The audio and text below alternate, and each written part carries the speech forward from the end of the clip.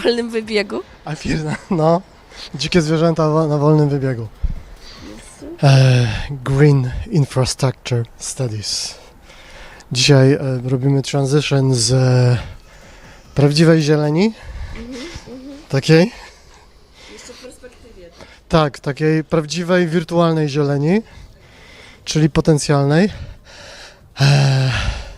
przez green screenowe eksperymenty, które się teraz odbywają i Gleb miksuje.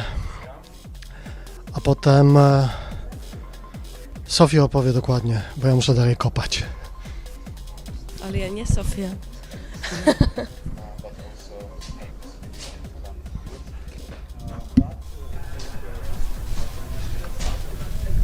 Przyleciała ptaszka powiedzieć, że dzisiaj, 3.04.2025 rok, w programie między innymi jedzenie Ziemi, the Earth will read poemat o przodkach, rozmowa o filmie Here We Are z Miriam and Asia.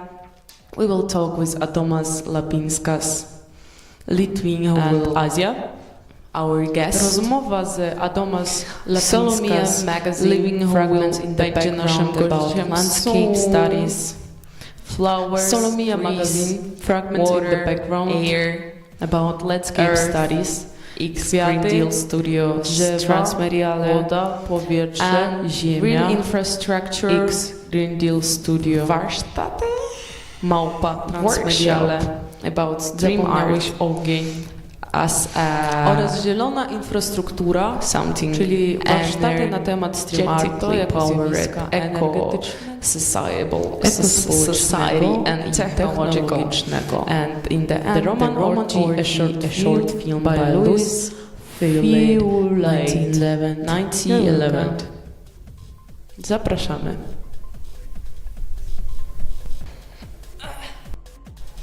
Czemu? Spuścić 2 razy to?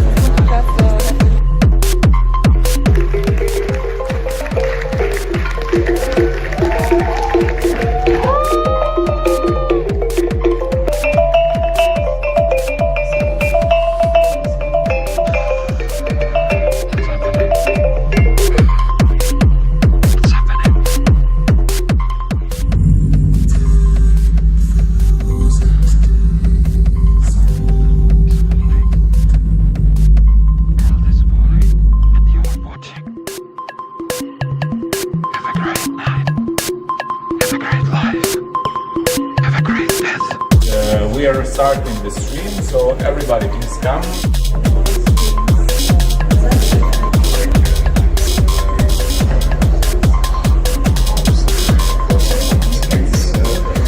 But also have possibility to run views. Like people like Europe, for example, or US is going to like.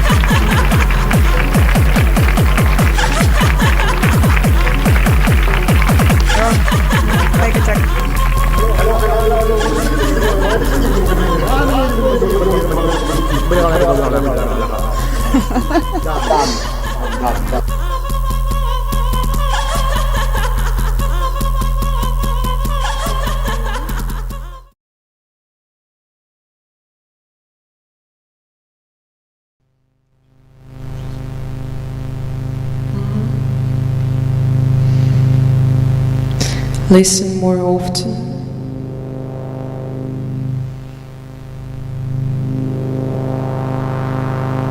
To things that to beings. The voice of fire is heard.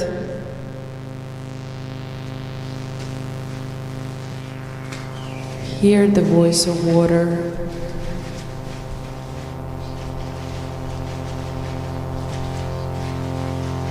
Listen in the wind.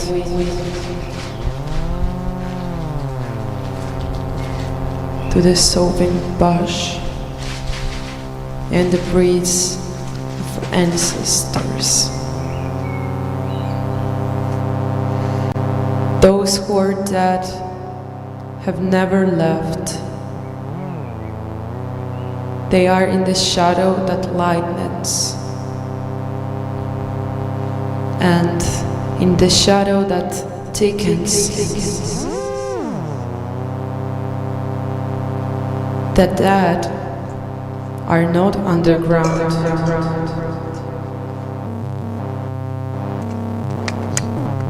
They are in shivering tree. They are in the morning grove.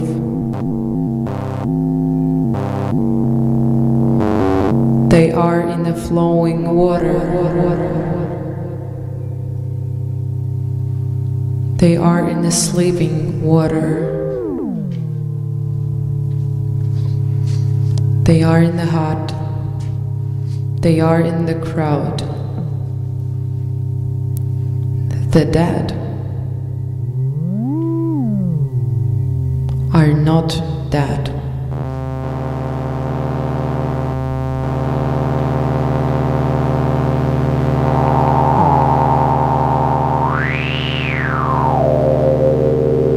Listen more often. To think that the beings, the voice of fire is heard. Hear the voice of water. Listen in the wind. To the sobbing bush. It is the breath of the dead ancestors.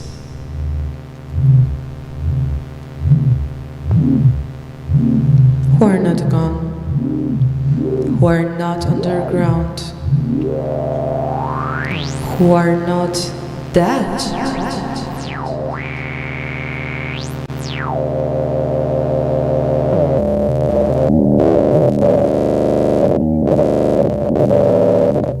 Those who are dead have never left. They are in woman's breasts. They are in the wailing child and in the ember that catches fire.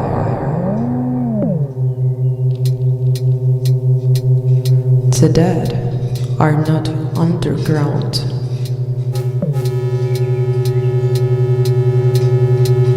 They are in dying fire. They are weeping graces. They are in morning rock. They are in the forest. They are in the dwelling. The dead are not dead.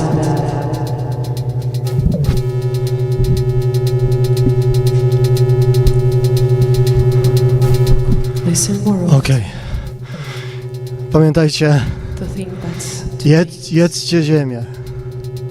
To jest przesłanie dla świata, szczególnie na wiosnę. Jedzenie ziemi niesie w sobie mnóstwo wartości symbolicznych, odżywczych, intelektualnych, emocjonalnych, relacyjnych i takich, które potencjalnie obudzą w Was coś nowego, nowe życie wewnętrzne. Trzeba się karmić ziemią i trzeba karmić ziemię ziemią i trzeba karmić ziemię nasionami naszych uczuć, myśli i emocji i energii. I dzisiejszy epir is a kind of a transition from Green Deal is the back. We are going back to artificial green from a real one, but still potential. The black is a new green. This is the slogan of the year. The black and the dark is a new green. The green of future, because the future is dark, but the dark is nothing bad. Dark is green, dark is potential, dark is beautiful, and dark is future, and the future is potential, and the future is something that will happen, you want or you don't want, but still, and everything what will happen is better than something what never happened, because anyway we're able to deal with this. So let's have the Green Deal together, and let's start with planting. Here is a set of seeds, the collection of flowers from dry conditions. The dry is also part of the future. We have beautiful corner here, quite dark, but sometimes there is a little bit sun coming directly from the reflections of the trains. Windows of the trains gives the sunlight to our garden, and then that's beautiful flowers. I hope will grave up grave in this grave. And we have also collection of sunflowers from yesterday, from last year, because you remember or not, it was beautiful garden in last year. Nobody believed that it will happen, but it did. And now we have more The voice of fire is trust heard. to this grant, The voice of water. and we will see. Listen to the I want to plant something first, and then we will do very real transition from green, to the sobbing bush. real, natural part of our ecosystem environment through the green screen to the green box by some reflection about transition and StreamArt itself. See you later.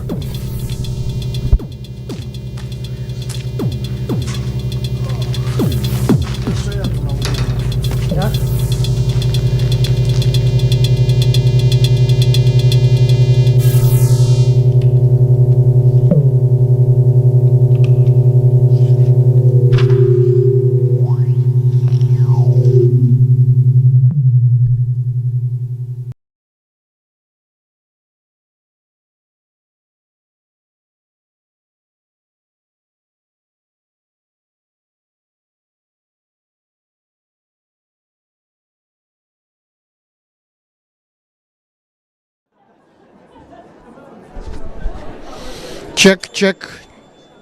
Hello, hello. Wow. Hello, hello, Oh, there's hello. Noise around. But we cannot. Hear? But is it good? Can It is. Yeah, can we those hear? microphones are very sensitive and from Okay, but direct. are you sure the sound is there? It's, I mean, on the stream. But it's okay. Yeah, it's good. Yeah, I mean, do For you- people hear what we speak online now? We're recording. Okay, cool. Yep. And then we'll see. We're recording and then we can play it later. Yeah, perfect. Oh, yeah. Even today. Nice. Also, yeah, forever. Keep it in our digital archive. Uh-huh. Yeah, there is a moment that we can talk also about other activities from persons and collectives around StreamArt network. Say something about your firms, about your activity, which is still related to the greening and green color, but in other way than we try to do here. Yeah. Yeah, nice. Yeah, very happy to be part of the Green Deal studio here, also part of StreamArt network, and we come from Lithuania, we're Collective 2022, and we operate as a community art platform, and people can come and we do something together. So one of the projects that we do already more than 5 years, I think, is like rural area in the middle of Lithuania near Anykščiai. It's called Saugus atstumas, in English safe distance. It started kind of during the pandemic, like keep the safe distance, and people we went there to kind of do creative things where there were not many other venues, but actually this space was already functional but not so kind of purposely as a residency of sorts. So it's kind of non-institutional and just various collectives that happen to go through that space use it, and there are some major events during summer like Queer Festival Sapfo and festivals of Left Ideas Kombinatas. So these are main gatherings, but then throughout the summer people come and go in different forms, maybe formal residence if we get some funding, but usually just friends of friends who put a tent, and then we kind of do some creative stuff together, like play music. Or I think for StreamArt network would be also idea to consider some time in the future to come and with Green Deal studio and make kind of this hybrid space between countryside and cities, and kind of extend a little bit. For sure. I think it's for us sounds amazing also to refresh our like very city life orient activity, like being in the middle of big town, being in the artificial green environment. And but also it could be kind of the question what is interesting, what it means, what it could mean for you, this merge between artificial streaming digital and this I don't know, kind of a decision which could be interpreted or take us a movement like outside of this too much digitalized, too much techno orient situation, civilization, and so on. That is like a searching for some more sustainable alternatives. Yeah, right. I mean, this is now these debates are up in the air, how to establish sane relationships to the technologies, and I think the way that we experiment and try to find our way is the way to do it. I mean, in experimental, practical manner. And then I am not sure, of course, I know there are various like theoretical positions, also practical positions. You can totally distance yourself from smartphones, or you can just be plugged 24 hours with VR. And I think, it's just from the matter of research and community practice, let's find out. Maybe we'll have various ways to do it, and I mean we can make space for both. I mean also kind of make space for distance a bit from technologies and rest, and also to engage like we are practicing now. I mean very kind of point to the core of what is happening there, and through these ways we kind of put a pragmatic criticism of what can be done, can be expanded, and also resisted sometimes into this platform capitalism and somehow. So I think that's very meaningful work that you do and Streaming Art Network does. Yeah, and what do you do like daily? It's like a residency place. It's like a research area. Or Yeah. It's kind of functional mostly in the warm months of the year. So basically, early spring, later autumn.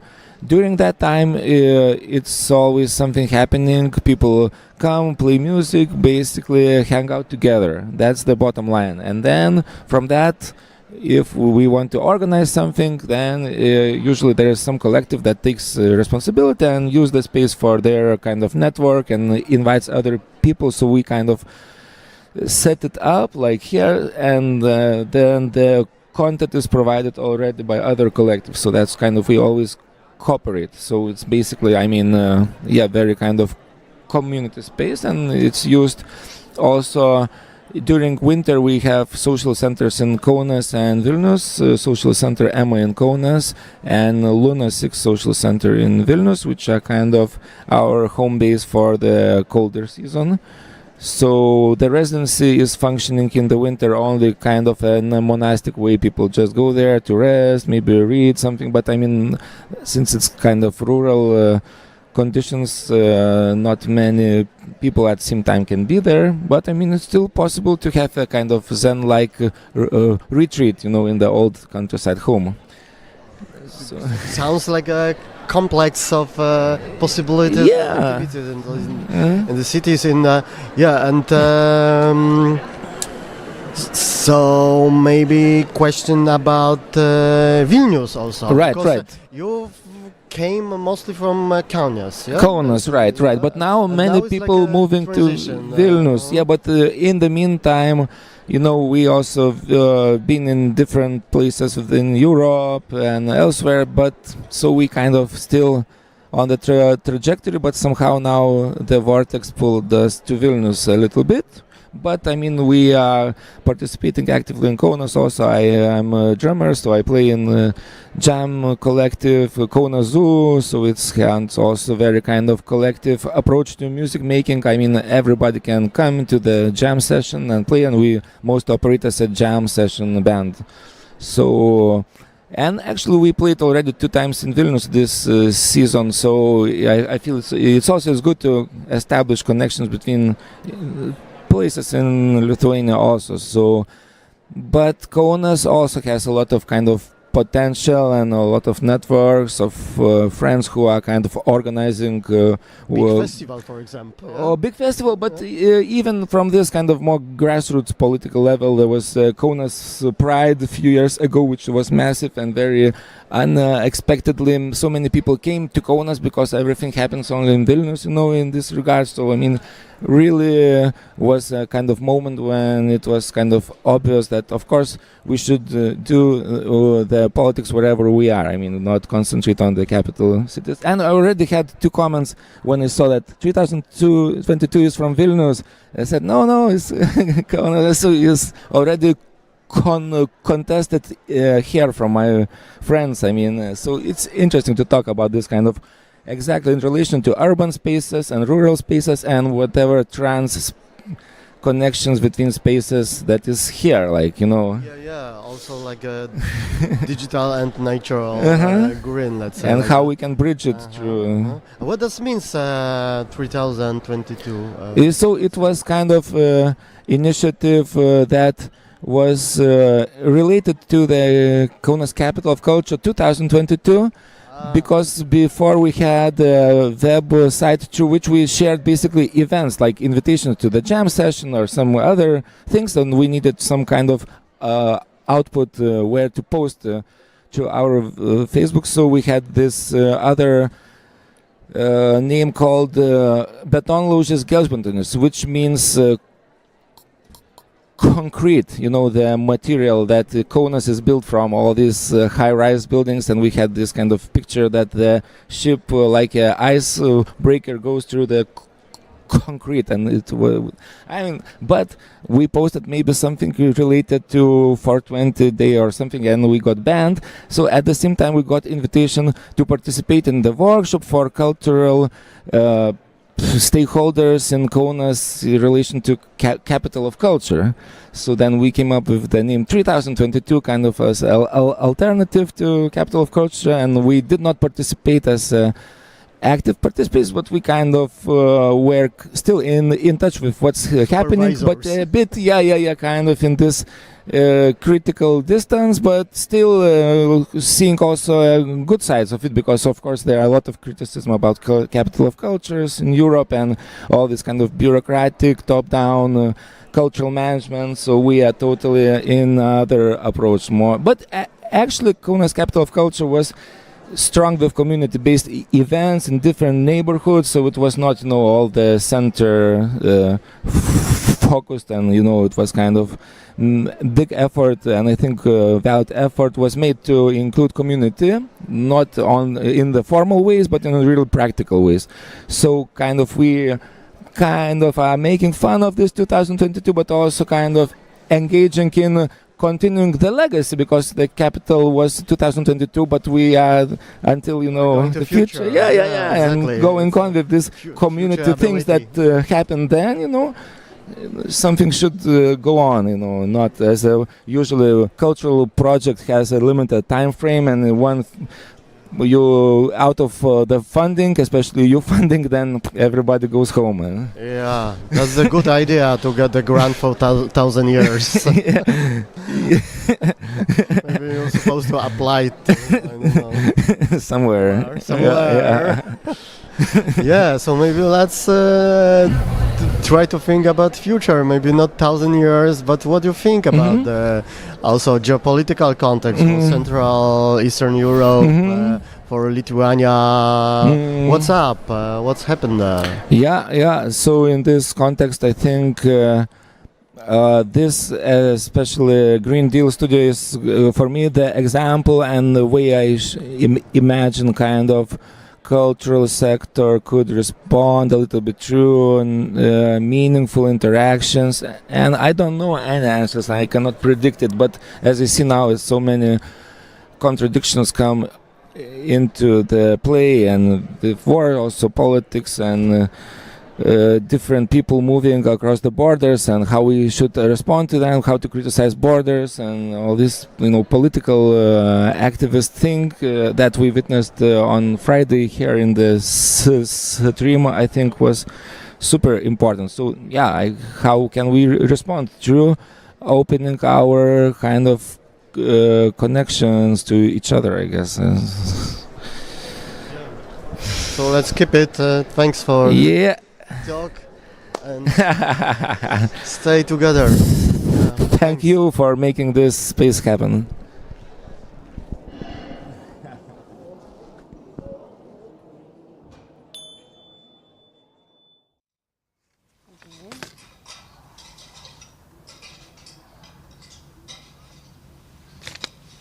Okay, I will read some parts of Two Ornithologists and a Million Birds, the Environmental Humanities in Ukraine, and conversation with Dmytro Czepurny, researcher, author and visual artist Darina Cymbaluk explains how she strives to create a platform for environmental humanities research and practice in Ukraine, facilitating interdisciplinary dialogue and discussion. This conversation was published in Solomia magazine number 4, The Environmental Issue, in collaboration with the Ukrainian Environmental Humanities Network. Great.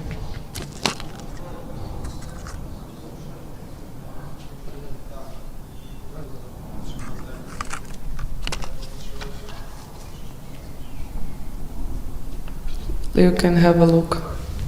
Dowody dałeś? This is how it looks.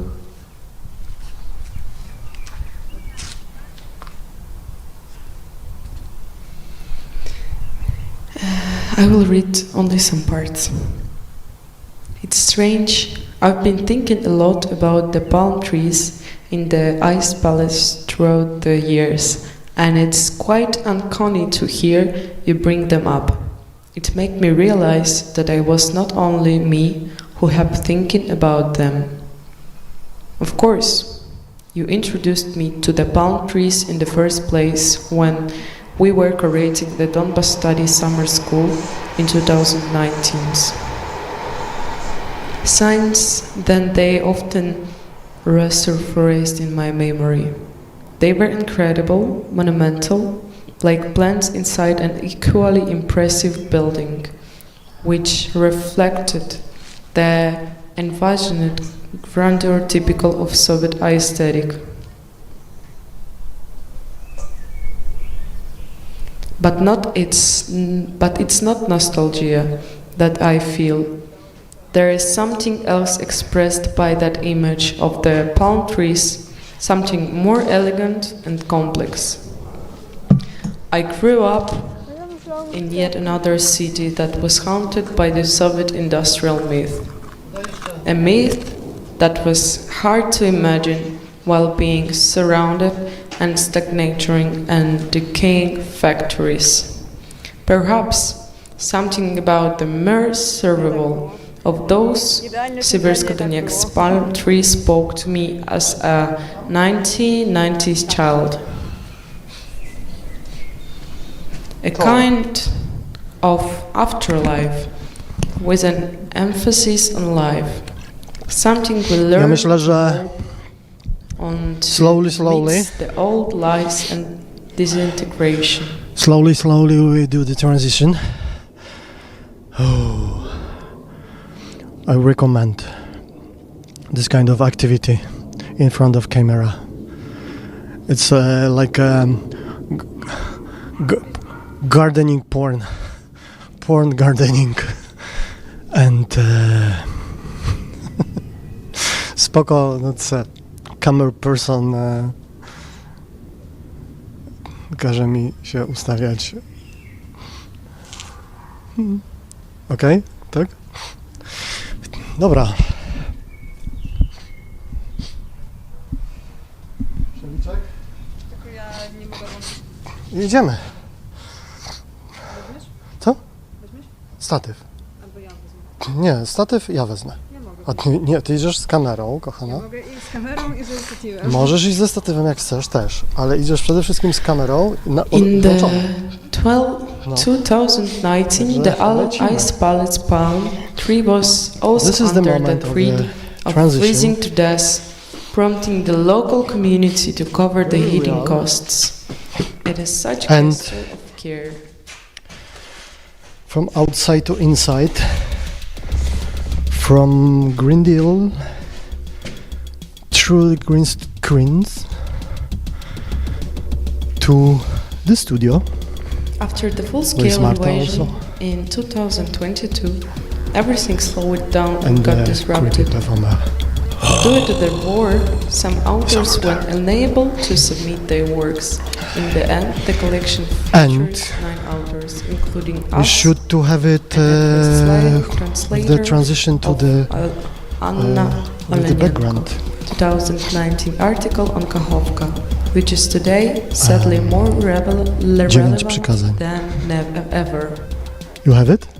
The article that Tanya and I wrote 9 is titled Constellation of przykazań. Ukrainian Thoughts and Żeśmy the weszli w Environmental nie. Humanities. Wykluczuj naszą kamerę też, please. Aha. That's what we are doing now. Is a part of the workshop. It traces King, the development of green, environmental thought in Ukraine across moving, the fields of history, ethnography, and walking. criticism.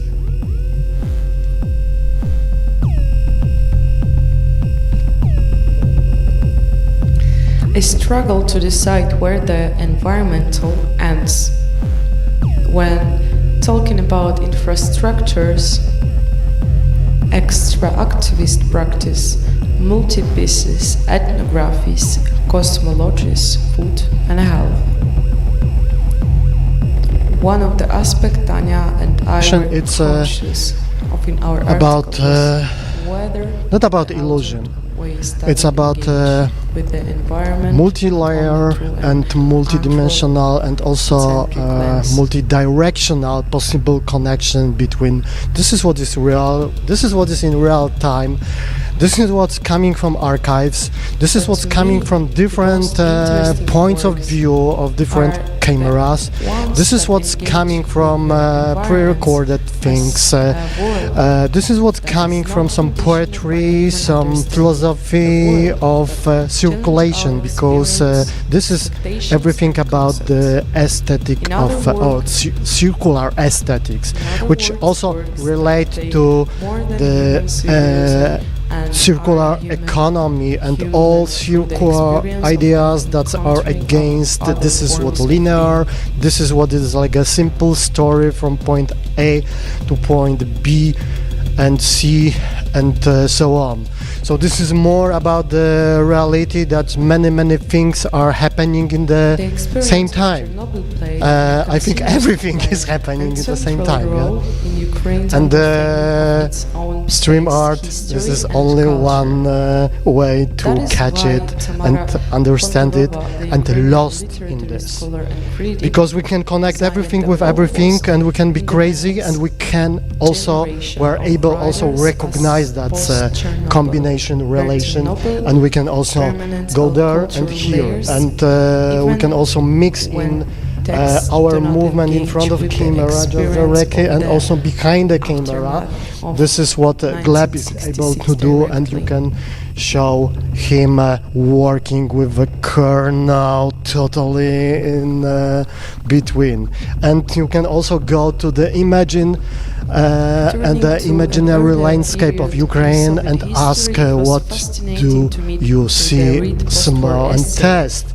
And this is also something that happens in the background that I totally need to mention as the last part of my introduction, because this is what I'm talking is just the introduction for the very workshop activities that Gleb will hold later, and I will be just an assistant connecting cables together.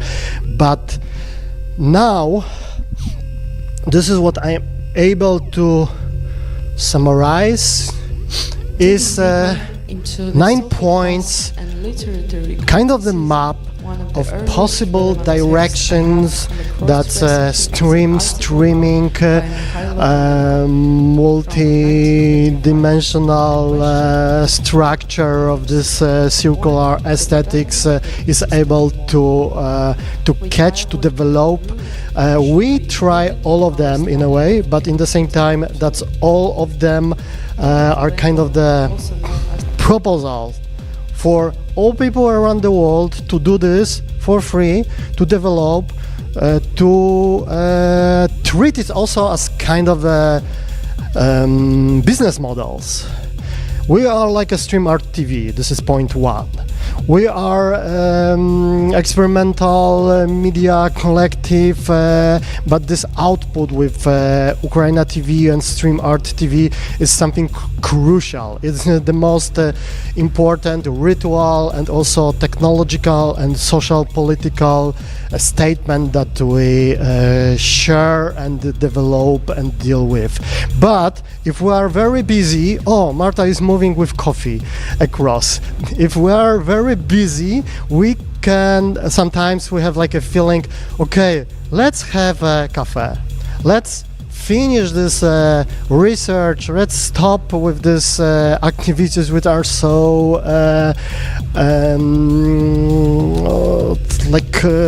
totally engaged and maybe destroying our also consciousness, emotions, and human beings in between, but in the same time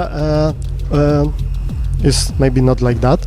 But the organic cafe with some hybrid program events and mix of this green, this ecological positions and small business and matcha, which is green, and cooking together and events from around the world. It's another model. The greenhouse and living archive is the number 4. Very, very important proposal for expanded publishing. This is what we will develop in next week, actually. In Kiev, in relation to Kiev art book fair, and also this is what is part of the mission of Institute of Network Cultures and also Void TV and ongoing investigations in between physical publication, digital publication, link in between, and living archive and working with archives that's from also political positions. It's a struggle, is a strong point of struggle with centralized internet infrastructure, and this call to collaborate to create more sustainable and open structures of production and knowledge exchange. The green home, this is the idea for community center. This is what I hope we will develop with some relation to my conversation with Adamos from Berlin, and then later we will come back in end of April because there is Crackers Art Week and our collaborative process workshops and activities with a crowd of amazing people from Lithuania who will come here to the studio, and we will work together. But that's people are totally involved into this community perspective for greening, for collaborative processes, for working together, and also this hybrid set of tools. It's something that we find together to develop, to work, and to spread also, and to have one more studio in Vilnius, one in the countryside, and one in Kalnus. We will see. And number 6, the Green Room Institution. This is maybe not the big deal and revolution to build another institution, but still behind of this, maybe there is the postulate of this. The Green Room Institution is just the question or the request to deal with something what we call third space.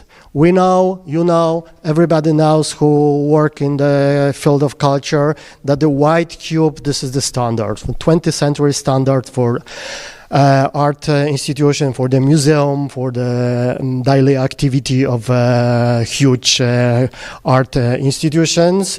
And the alternative for this is a black box. The black box is useful to have some screenings, to some particular separate activities, but this is what we're asking about is a green room, which is next to that, to both still useful, but very flexible, open for hybrid togetherness, hybrid production, and mixing some virtual elements, some real-time production, some performative activities, and also working with archive.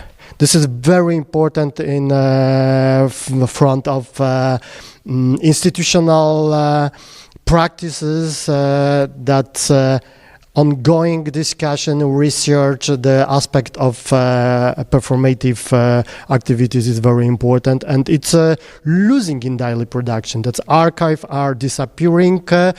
That's aspects are like a kind of a attendant, public attendant. Educational programs and still we need some set of tools to make it stronger. Green School. Everything what I'm talking about is possible to develop also as a research, as an educational program, as a set of tools to work with streaming, live production. This is what happened in Applied Science University in Amsterdam, for example, where Vimix, and this is what we're doing in an experimental way, is like a huge program at the media and communication faculty, or students are learning about YouTube production in a way, finally. So this is what also it's good to keep in mind, good to develop from the position of higher education and maybe also high schools, and think about in one way about the possibility to give people, young people, some tools to deal with for like a kind of a small production studio, small business, and on the other hand also to spread this knowledge and have it as a background for more experimental things, because if there is a crowd of people working with tools, the avant-garde is something what's growing from the ground. So we are back in the ground. Number 7, Green Lab. This is what we are doing now. This is what we are.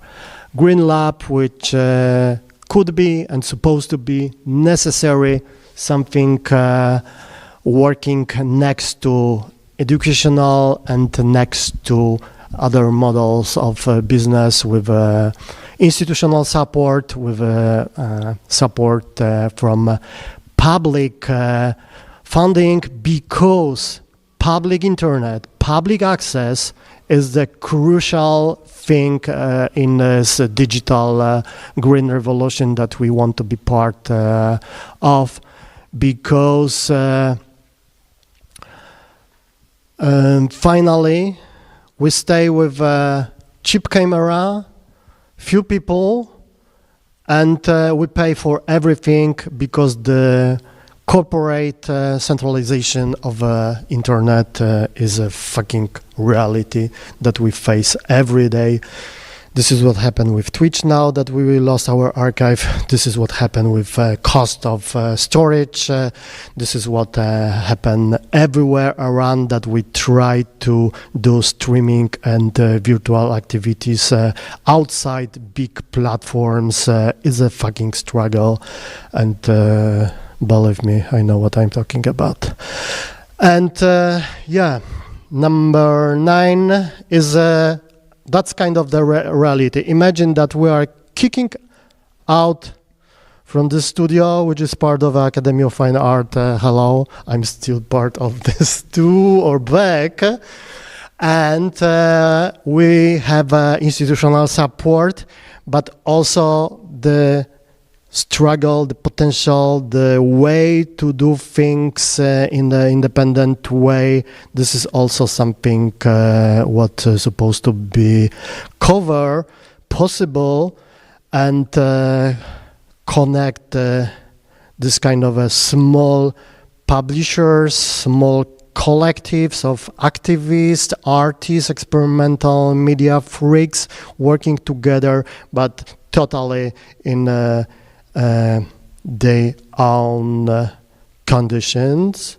So this is like a loop. The 9 point is going back to the number 1, and the number 1 today is chleb wrzuk. I want to see chleb here, and this is also my pleasure to introduce Valerie, the makeup artist, who is still in next to our activities from the beginning, very strongly in the visual way.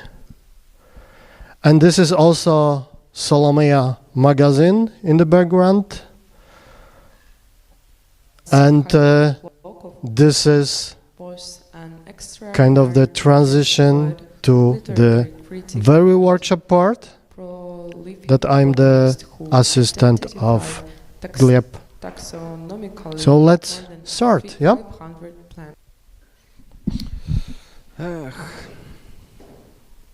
Oh, probably I need to make myself louder. Check. Okay.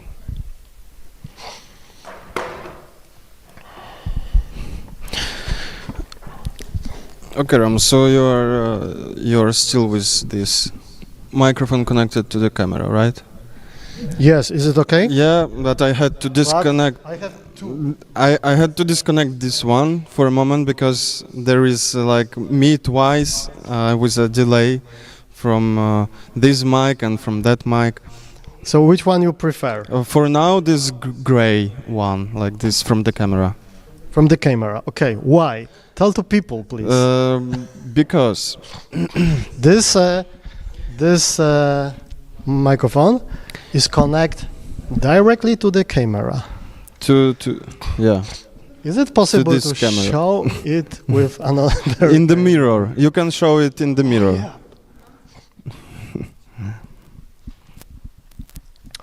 It's not usually we do like that, but still works very well because it's XLR, good microphone, good camera, and good plugin.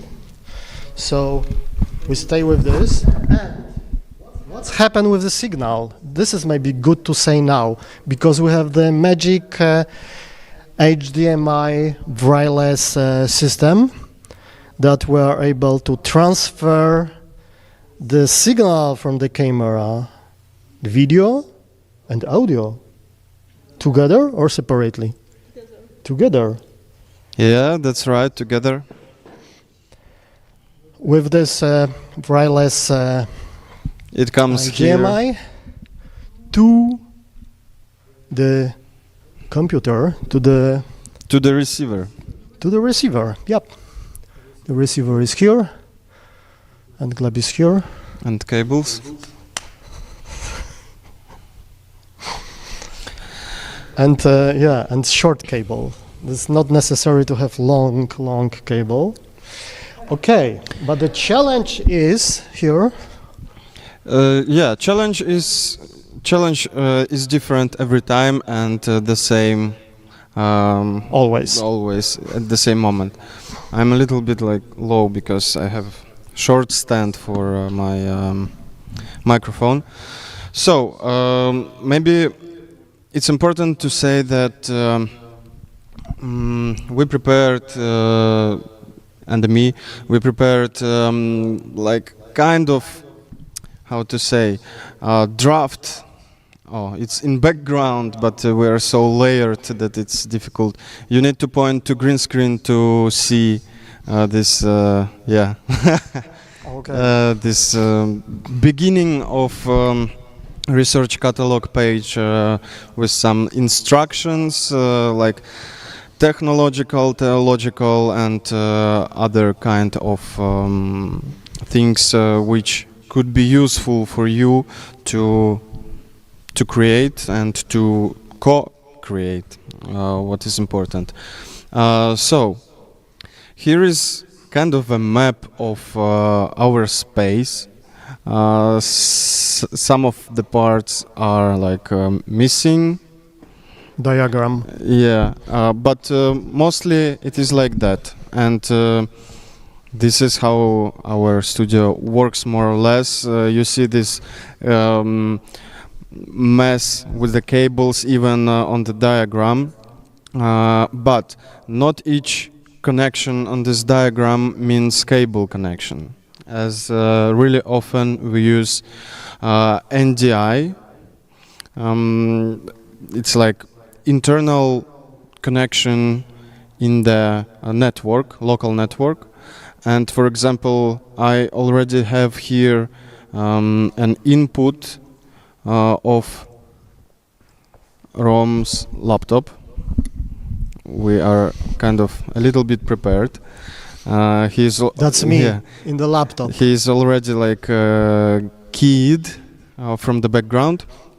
But anyway, It's just the internal camera yeah. from the laptop. So very simple. So maybe this picture could be more like, how to say, easy to understand. Oh. We have a circle of life. So more or less everything from this circle are actually everything from this circle Rom has or on the table or around the table. Yeah, probably this would be a good positioning. Chcesz mnie... You want me... Oh, okay. You have me like that. Yeah. So basic things. Laptop. Obviously, if we wanna create This is one. number one, yeah. Hot Hot laptop. I think we need to establish one camera, like for yeah, as we had kind of planned. But anyway, laptop. Then we have sound card. Yep. It's sound card or it's interface. You can call it interface. Uh-huh. One moment. Okay. Here we are. I'm looking for you, actually. This long list. Okay, I know where you are. Okay. So, it's here. Weird. Works? I need to refresh, probably. Is this... Okay. Okay, like that, no? Mm-hmm. Okay. And the audio card, I need to connect to the... To the laptop. To the laptop. So we have a cable USB-A. It's something what rarely appears nowadays. USB from 19th century. Yeah, it's you can find it like on the printing machine and sound cards. And maybe something more. So we connect sound card to the laptop. Why? Because this way we can connect a microphone to the laptop. We can connect almost everything to the laptop and to edit as an input. So now I will share Rom's screen. And hope it will work. Yeah, and maybe this is also like interruption about the vMix itself, our favorite software for streaming, which has like a very simple, basic and clear architecture. That 4 section. This is the main output. This is the preview. That if you have something in preview, you can move to the output. I'm going back, yeah, because there are also section of overlays that I'm 2 times here. Here I'm in the main layer, and here, and okay, I can show this like that, and here I'm on the first overlay that I cover the main layer with internal camera view. And here is the section of all inputs, visuals and everything, and here is the section of audio inputs. And we have only master now. I'm talking to the microphone, but it doesn't work with my laptop here. But if I want to connect audio to this small, very basic setup here in vMix, I'm going to add input, and here in different kinds of inputs, I'm looking for the audio input and looking for, Behringer UMIC, and this is our audio card, but we need also microphone. Yeah, meanwhile, I would add that another app which is working pretty well, but also it's free of charge. It's OBS, and for the beginning, it's perfect item and tool which you can use for streaming and for adding inputs, like a moment ago Rom showed. More or less it works everywhere, similar. But of course, having vMix or OBS, it's not enough to go live. You need to have something where you can go live, like looking for streaming platform or your personal web page. But as we know, services such YouTube, Facebook, Twitch are kind of data colonizers. So we are strongly supporting and trying to work with alternatives like PeerTube, which actually is not so easy to work with, because everything is decentralized, and it's a great thing, but also really often it makes things pretty difficult. As additional tool, for example, when you already have some kind of setup with a laptop, camera input, something else, you can expand your local network of inputs. For example, connecting 2 laptops using the NDI, and for example, you can work with for example, Resolume Arena and create generative visuals or reactive, connecting it to some audio triggers. Or for example, Touch Designer is something so cool. We used it pretty much in our StreamArt practice during last 3 years. We were creating different kind of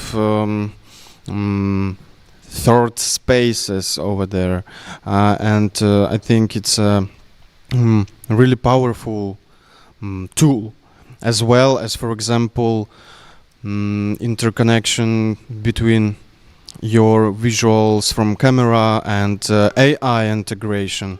Also, it's possible in the Touch Designer. So,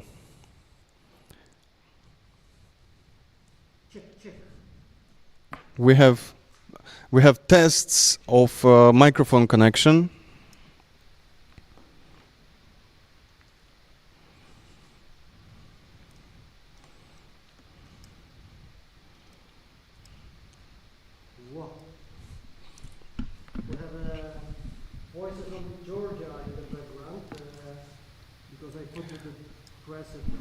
But Rom, do you know that I don't have your sound now? Because you're speaking to your internal. Okay, I'm speaking to my situation. internal reality, and now I'm speaking to. But maybe you can also grab my audio from NDI from my laptop. I can check. Yeah, I think. it's possible. Hello, hello, hello. Hello, hello, hello. Okay, now I have it. You have, yeah? Yeah, Okay. but it's input from your internal microphone. Ja chyba zamknąłem. Yeah. okay. You are frozen. Okay, I'm invisible because I close OBS, which You are is sending NDI signal from my laptop to GLEB main station. But I'm back. I'm back. Am I? Mm-hmm. Okay, Triple so, double. We have connect internal camera also as one of the inputs that I add before. We can put also other cameras. It will be done later. And we have audio card connect as an audio input, and we have microphone. But there is a tricky thing. It's good to remember about that kind of amazing microphone. It's a mono. It's XLR cable connect with this very stable, with very old school, and is still probably the best. And the thing is, I have you that double. you have me double because With a delay. maybe you have double in your input, or maybe with. No, you it's have double me from double NDI is because coming. of NDI spread this to two channels. But here in the No, internal it- setup, I need to go to setup and do channel matrix. Because you probably have like And two then inputs. I have at the also same time. myself in both headphones and have stereo output from the microphone. So, which microphone I supposed to keep to interrupt you? This for one is already disconnected. This one is so I'm keeping this one. Yeah. Yeah, but you are doubled. Now I'm double. Yeah. Probably OBS. Check OBS.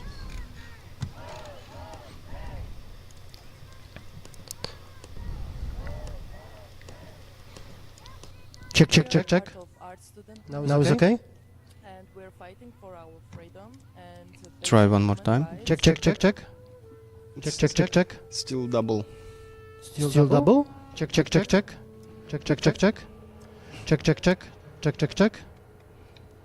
Now am I? Mm-hmm. One Yeah. or double? One. One. It's okay. Yep. Because I was sending NDI sources and the microphone line sources from OBS, and probably you grab both, and there is some delay in between. Okay. Do you want something from my side? I think you want me to connect Grabber. So next step would be connect video source, as now we are using like integrated camera from the laptop, which quality is as you can see. So let's connect camera one, like a little bit bigger, with better quality. And the biggest deal to connect camera to the laptop is to have Grabber. Grabber, which will help you to convert signal from HDMI to USB adapter. And then you could be able to get image from HDMI connection, as usually HDMI in laptop is an output, and you cannot receive through the HDMI in the laptop. You can only use it as a second monitor, or I don't know, to make a projection, or to use it, for example, like here on this picture, you can see our setup in framed space, and here is back of Lorenzo, and here is TV, which is showing like final output of everything. Here you can see camera, which actually will be replicated in a moment, as you've seen, like this couple is trying to connect it.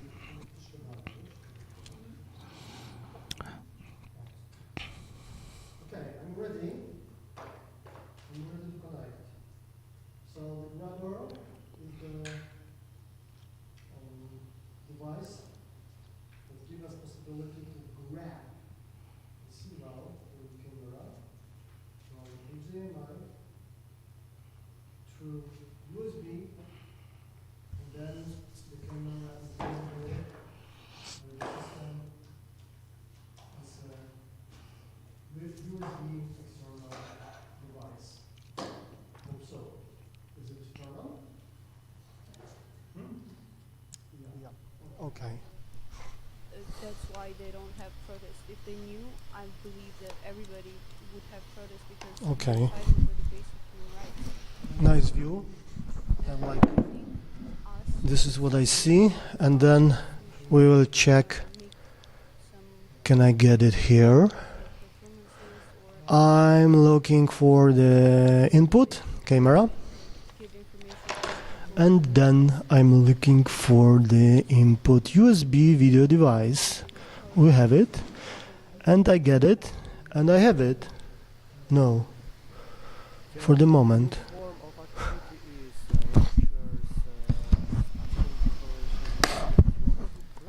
You must believe.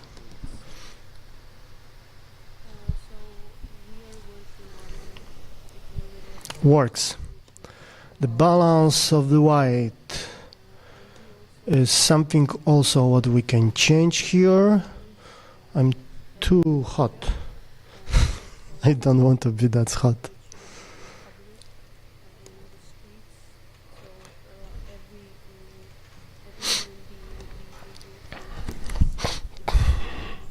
Okay, here we are.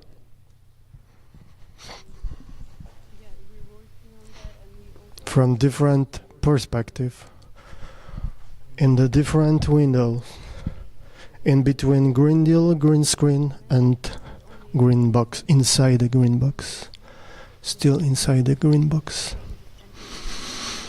Maybe I can do something with this. More saturation.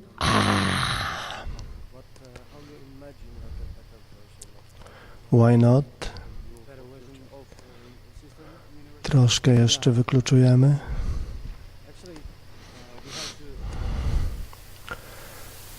Tego damy w to. Za dużo tej saturacji.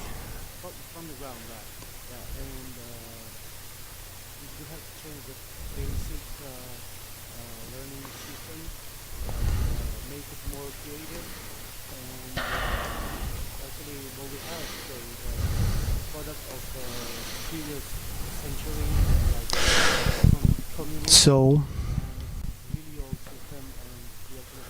this is about multi-layer composition that we can play with. What's happening? What you want to do? This is like a grassroots academy and the system. Oh, of there is a education very that serious invite, discussion. people from outside.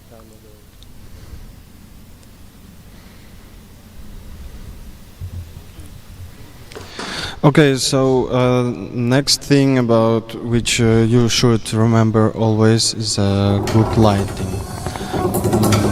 Some kind of LED lamps where you can adjust white, like warmer or colder amount of lumens and stuff like that. But actually, like any lamp which covers your background, which obviously should be green. Like here, you can see this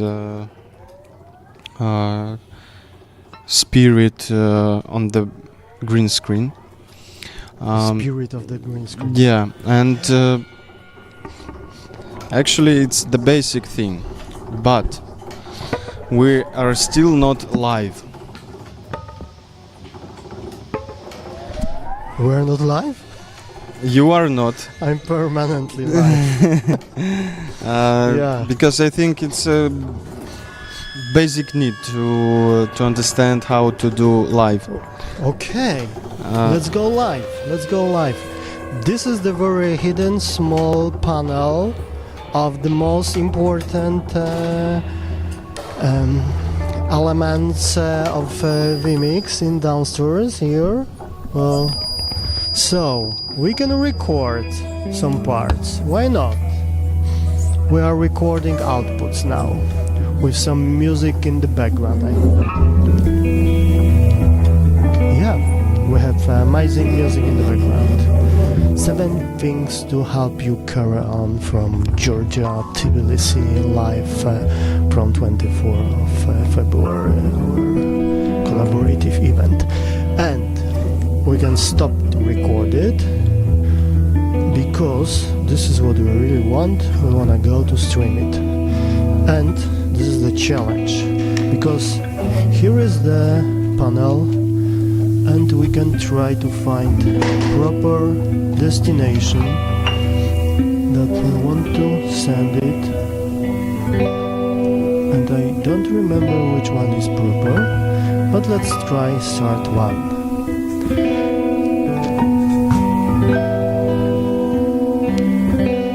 It's working. And then But where it goes? I imagine that we are going to... Oh, Soundcamp is also good to say about something that hope we will do in the future. Twitch, Confluxus, Twitch, Pop-Up Studio, UKRAiNATV.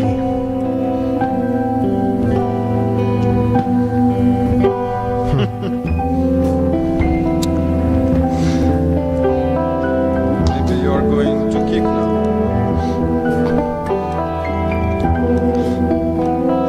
Let's try to go start 2.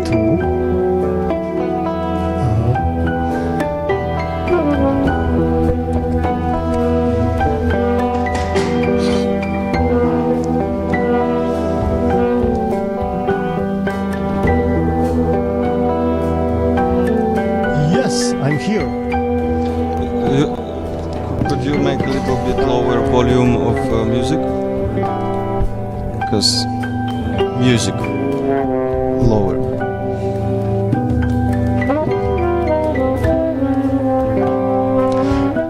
Okay. So we are streaming now to new platform for us that we started to stream 2-3 weeks ago as an alternative for Twitch, and it works well, but there is no archive also. And yeah, test, check. The stream is going, and what I think is important to say that we are now like 2 studios connect together. Me with this laptop, with this very small collection of devices, one camera, one external camera, which is watching me here, the internal camera in the laptop, microphone, audio card, some background, some files in the background, and some filters from inside of vMix. We're like a small station that you can imagine that I'm here, I'm in Kiev in next week, I'm in Tbilisi 2-3 weeks ago, and so on. Yeah, this is the pop-up studio UKRAiNATV itself, and then I'm connected with main station run by Lab, and this is what also happened in StreamArt network itself, that we do a collaborative project together, and we are able to be in the same time with different spaces and have not only conversation, also very performative activities based on real-time mixing, telematic co-presence, togetherness, sometimes with music, sometimes with some choreographical activities and so on. Yeah. So this is external expansion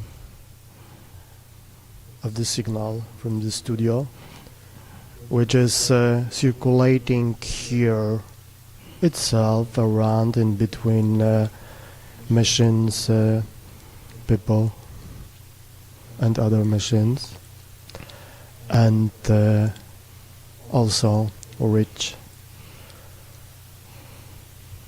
other machines and other people. This is, for example, setup of pirate TV station from 80s. Grandmom of StreamArt. Okay, so we have basics. Probably we will move on. Feel free to reach us to help you with establishing connection or to checking your signal. And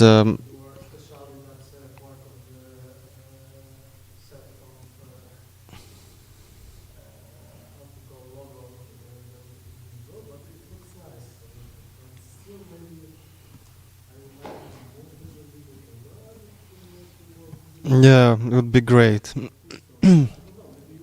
No, I'm feeling how to say, compressed here in the corner. I feel a little bit. I feel a little bit, how to say, like in small closed space. Okay, here. Yeah.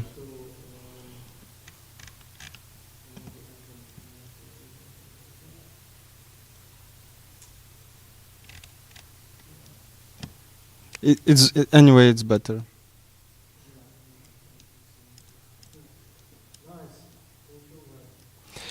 Yeah, sure.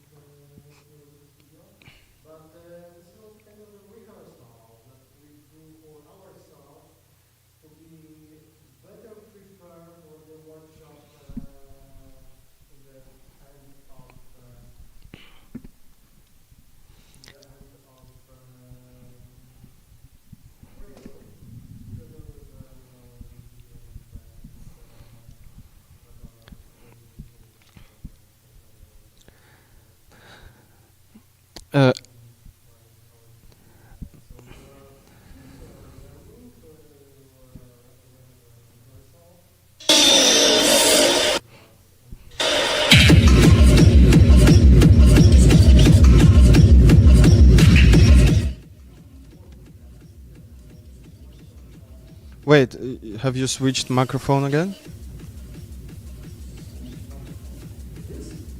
You're on DJI? Which microphone do you use now?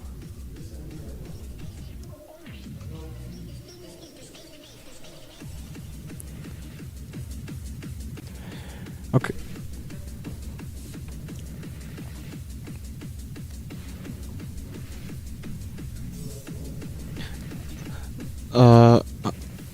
I lost only your sound.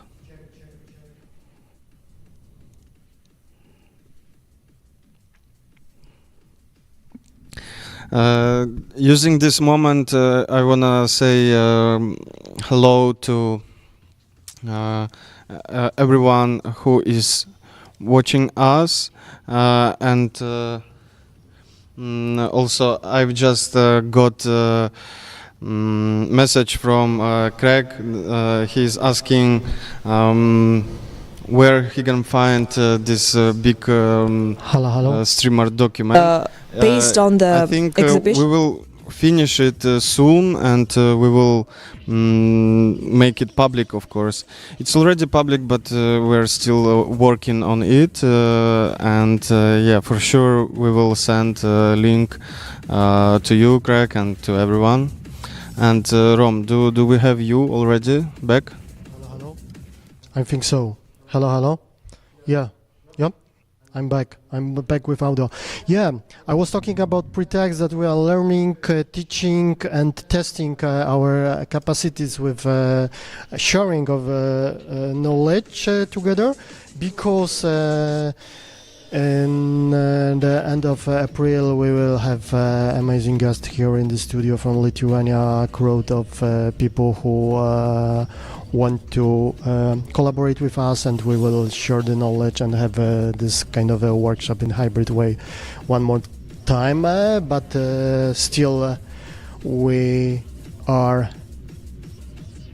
testing also on this transition in between, because it's like a kind of a choreography of moving in between. That's real virtual cables, wireless connection and aspects also. And also the another pretext disappear in the moment because we got invitation from Ankara to have a similar workshop in almost a few days, but because of some political reasons and activities of students protest around all Turkey, there are some changes in the schedule, and the workshop will be postponed for future. So yeah, stay in touch, and let's go to maybe to Budapest, and we have also kind of the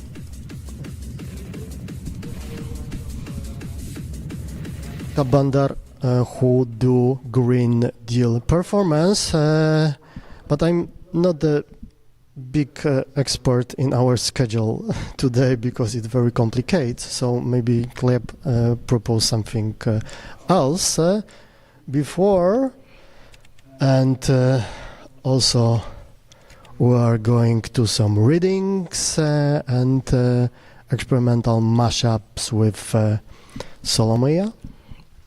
Yeah, I think Sofia can remind us. Sofia is always around and will support. Yeah. See ya. Today, the 3rd of April, Przyleciała ptaszka powiedzieć, że dzisiaj, 3.04.2025 roku, w programie między innymi Jedzenie Ziemi, about film Here We Are with Miriam and Asia, poemat o przodkach, rozmowa o filmie Here We Are z Miriam and Asia, rozmowa z Adomas Lapinskas Living Who Will będzie naszym gościem soon, Solomia Magazine, Fragments in the Background about landscape studies, kwiaty, drzewa, woda, powietrze, ziemia, X Green Deal Studio, Małpa Transmediale, zapomniałeś ogień. Oraz zielona infrastruktura, czyli warsztaty na temat StreamArtu jako zjawiska energetycznego, ekospołecznego i technologicznego. The Roman Orgy, a short film by Louis Fewlade, 1911. Zapraszamy. A teraz właśnie lecimy do Blanki Bondar and Green Deal Performance.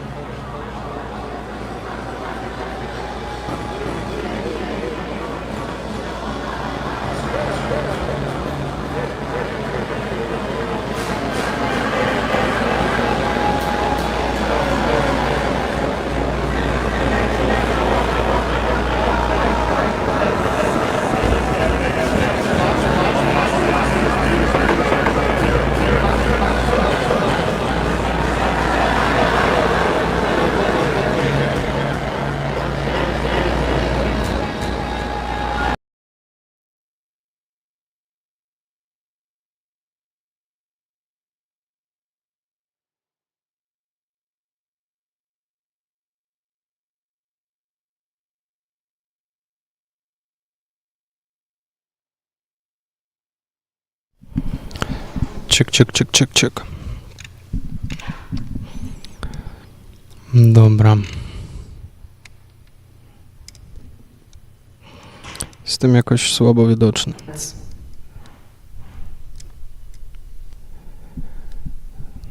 Czek.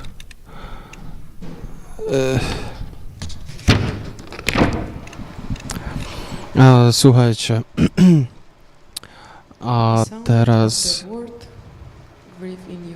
Sofia tutaj w tle czyta jeszcze Imaginary Ukrainian Landscape. A my lecimy do rozmowy z Miriam. Small talk between Miriam, Asia and Sofia about Here We Are Now movie, which was presented like 1 week ago in Krakow. And we had an occasion to host Miriam here in studio. So let's go. Not religion. Okay. Hello, hi. My name is Sofia, and today we have an amazing guest. It's Miriam. She's a director and producer of not only one film, but actually which one we will have more closer review is it's called I forgot. Here We Are. Yes. Oi, sorry. I will say one more time to not allow things. Sorry. So, my name is Sofia, and today with me, Miriam, director and producer of the film Here We Are Now. Hi. Hello, everyone. Thanks for having me. It's very spontaneous. My trip to Krakow, I'm loving it, and doing all this is just a very nice coincidence. So, thank you for having me. Thank you for being here. Yeah, actually, maybe before the conversation about the film and about your story of you being a director and producing, maybe we can look up a bit where you was in these days, because as I know you were visiting Kyiv, yeah? How was the trip, and actually like how you was feeling, and what's your thoughts on this trip? So I I made this documentary 2 to 1 year ago, and I was only working with people who were abroad, so I never really went to visit Ukraine myself during those 3 years since the full-scale invasion started. And I really wanted to go. I only heard the stories from others, and then obviously you see the footage and you see what is going on, which is something that I tried to include in my documentary as much as possible, to document the truth and everything that the people had to go through. But now I actually managed to go myself. I went to Kiev for 2 weeks. And it's a completely different experience once you are there yourself. So I think that's the thing in life. You cannot really fully understand something unless you experience it yourself. And I came back yesterday morning, and I'm still recovering. I'm still kind of regaining my energy, because you have to get used to experiencing air alerts every single day, usually also at night. So at midnight you already know that there will be an air alert, and that you would have to hide. And I think just living in this reality is very draining, emotionally draining, especially because I think the chances are quite low that you will die or your house is going to get hit. But just knowing that you're never safe, and that this is also wanted, I think that's something that was really sad and hard to experience for me. So now being in Poland, I really appreciate being in a safe place where there's no war, you know, people can just enjoy life and not worry all the time. So, yeah, and I think now, especially now, I feel that my documentary is even more important because it just shows what happened in the beginning, 3 years ago on the 24th of February 2022, how the lives developed of these people that I filmed. So we have a story in the UK, Manchester, we have a person in Germany, and then we have another Ukrainian man in Brazil. And yeah, it's. I think now it's even more important to show the documentary because some people are already not really fully starting to say things that are not true, and so I think it's just important to document the truth and reality. Yeah. Thank you for this like emotional part and like for your actually work. I think it's like I totally agree with this anxiety part of like living in this kind of reality, and also, yeah, it's very interesting how you maybe you also open up for your documentary maybe by another side, yeah, by this trip, and this is like totally feel it.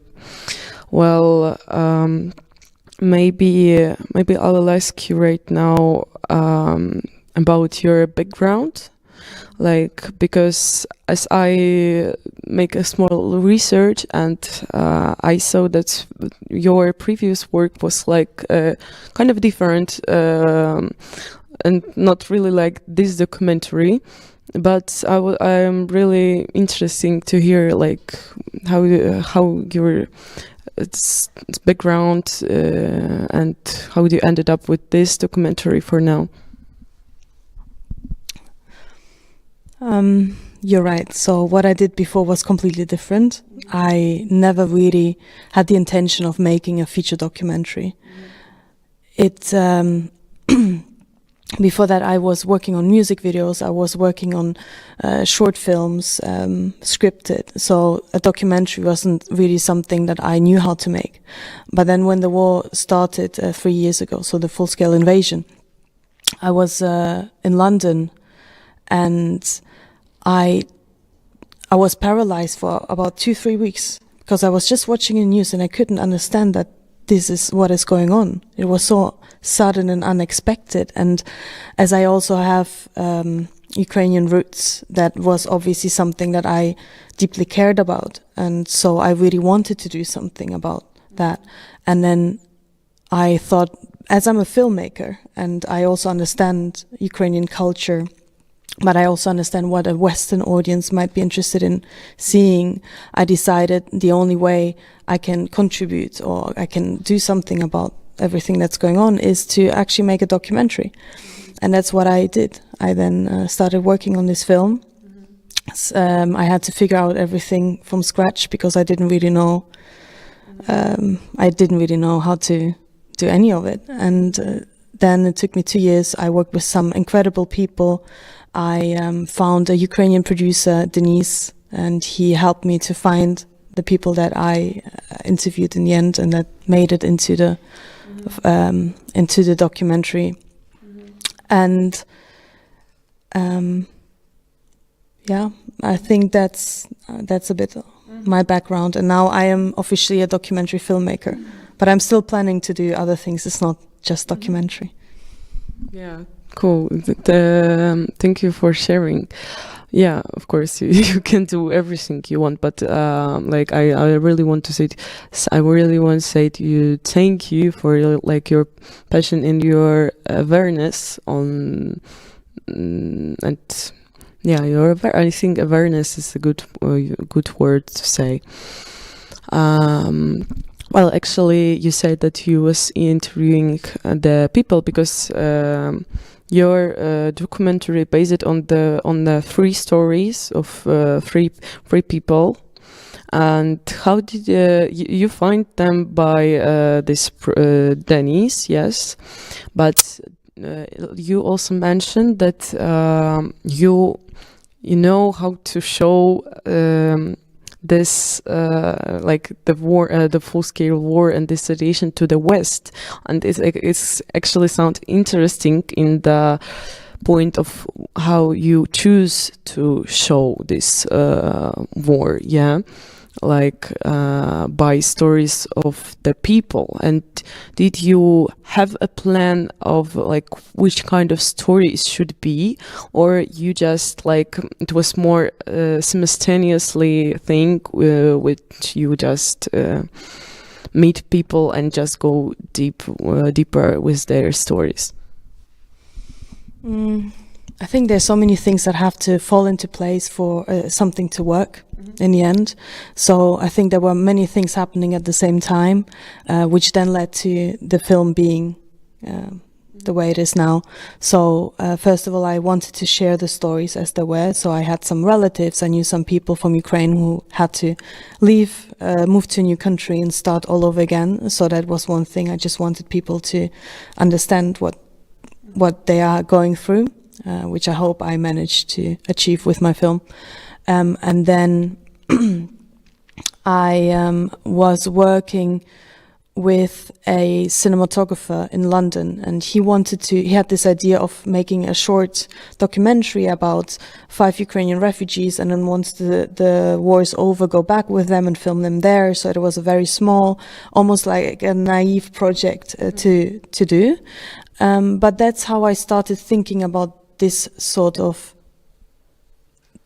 style.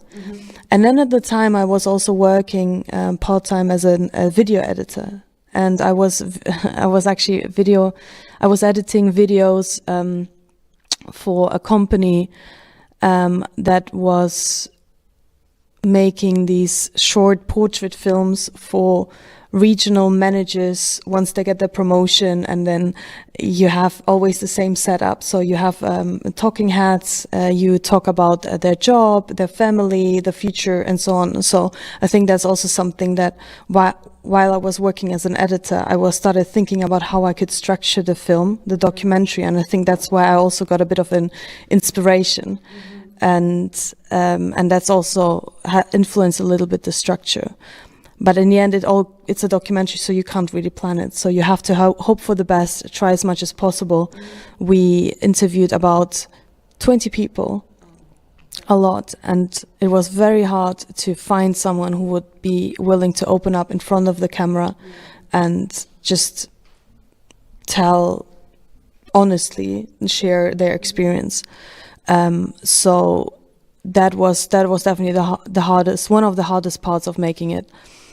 And then we ended up being lucky, and we found these amazing people who you can now watch on a screen and really experience exactly like what they went through, their journey, their thoughts, and so on.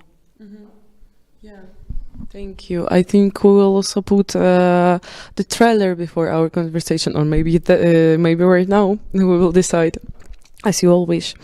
So you mentioned really like important the side of emotional parts, because I can imagine how hard it can be to talk with people who experience those traumas.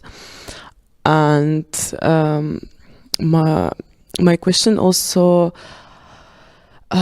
is that this point of being open in the camera and open like for the audience, how maybe you were helping those people to like open them, because I'm really curious about it, because I think it's really like also your work as a person who creating this documentary. That's a good question. It was obviously very hard, and as I had never made a documentary before, I think it was hard for people to be able to just trust me because I didn't really have anything to show to them. They didn't really know me as a filmmaker. So it took a while to gain their trust. And then obviously once you have someone's trust, you don't want to. Yes, exactly. And then another thing is that, for example, with Olena, she's the only person in our film that speaks in Ukrainian. The other two are speaking in Russian, which obviously would have been better if we had more Ukrainian-speaking people. But then I hope that we also clarify why we have Russian-speaking people in Ukraine, and also in our film. And with her, for example, I don't speak Ukrainian, and I speak Russian. But it was very important for us to speak in Ukrainian, do the interview in Ukrainian. So while we were doing the interview, I was speaking Russian, and she was always answering in Ukrainian. So that also added another difficulty to the whole setup. But I think in the end, either people trust you or they don't. And I managed to gain their trust, and then I just hope that they would be open enough to just share what actually is going through their mind, and not really change things for me or for the audience, or I just wanted it to be raw. And yeah, I think that's the job of a director. Whether it's fiction or documentary, you have to gain someone's trust. Yeah. That's really important. So I'm very thankful to these people. If you watch this, thank you so much. This is the trust is like, this is a good topic for that. Maybe if we are on the point of difficulties, I will ask one more for me difficult point, because if I could understand, you were making a documentary in 3 places, yeah? Yes, in Brazil, in Germany, and in the UK, yeah? Right.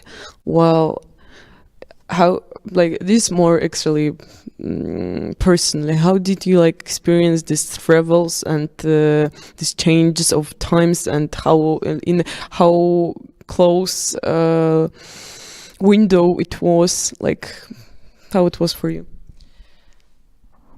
What do you mean by close window? So time-wise? Yeah, time-wise. Yeah, I think we had enough time to work on it the way we needed to.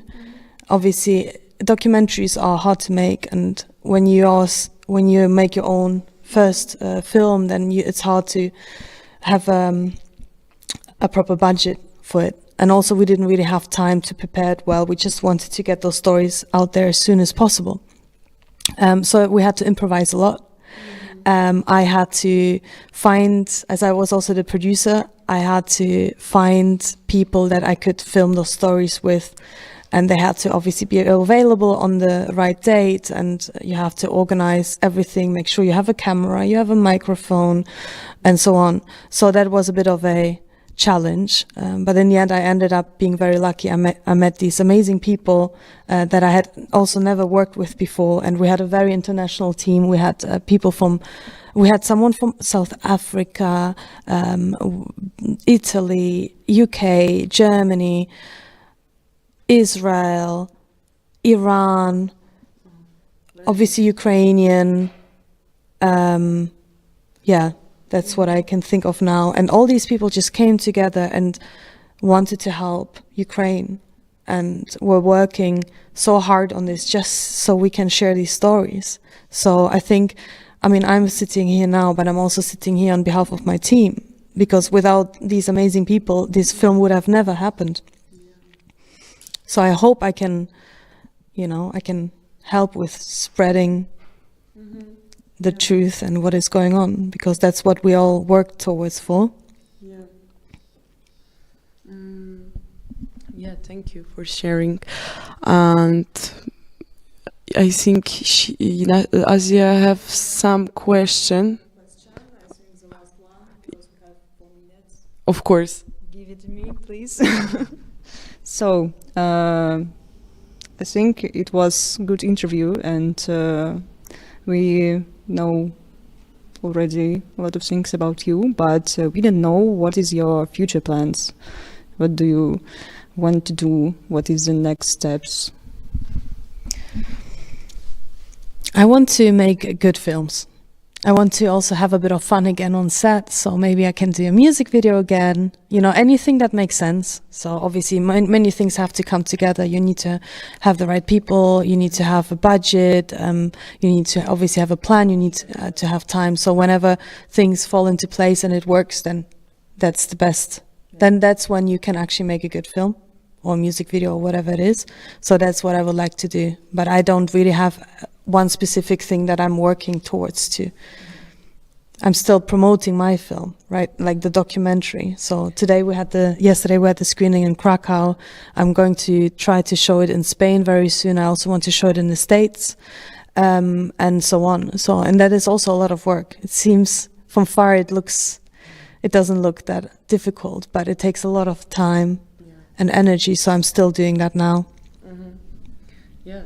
Thank you, and we wish you good luck with screenings, and we hope that we can help kind of promoting it. Yeah, and thank you for your work and for your passion to spread it.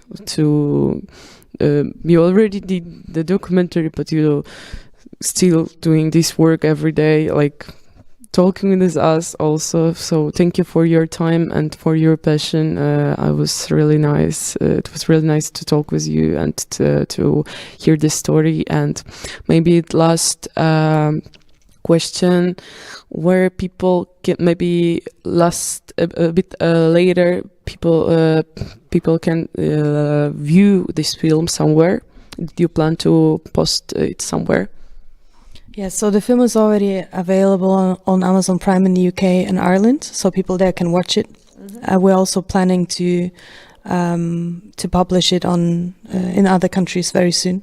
So then worldwide people can watch it. QR codes or I don't know, some links to websites. Yes. And we're also always happy for people to reach out to us if they have any ideas. We have an Instagram page, and so we actually this is also very spontaneous, so we're super happy to exactly. So we're super happy to see and think about other opportunities. Yeah, great. Cool. Thank you. Thank you so much for having me. Thank you. Yeah? Are we done? Cool. Yeah. Well, I can start coughing again. Yeah. So you can see my feet, right? That I don't have shoes. Yeah, we can. Well, thank you so much. Thank you so much.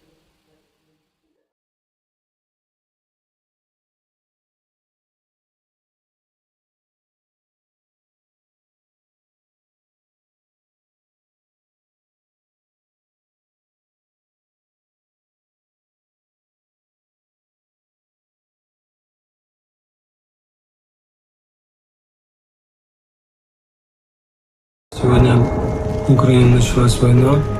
Можно было в любой момент лишиться жизни. Це було все ближче, ближче. Я не знала, що брати з собою. 15 хвилин на роздуми, ти не знаєш, що брати, в тебе ціле життя в цій квартирі. Было очень страшно, чтобы ничего не прилетело, чтобы нашу колонну не разбили. Дуже темно. Я здесь начинаю все сначала, потом опять там. Мужчин не выпускают, женщин выпускают. Я тут нікого не знаю, у мене ні родичів, ні друзів. Украина! Как можно отдать свое? Это же преступление.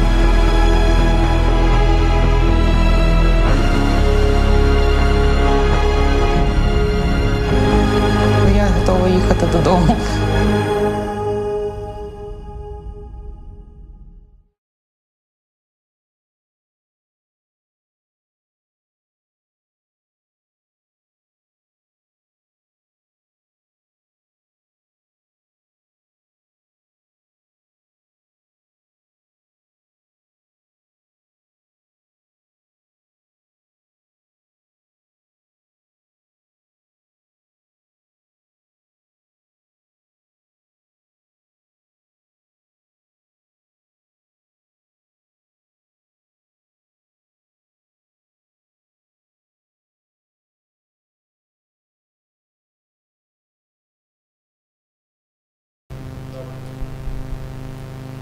Pew.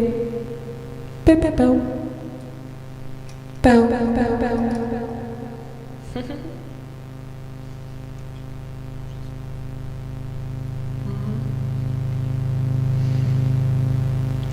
Listen more often.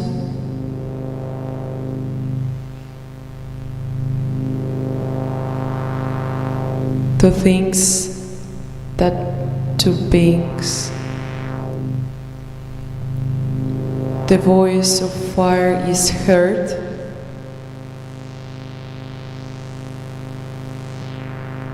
Hear the voice of water.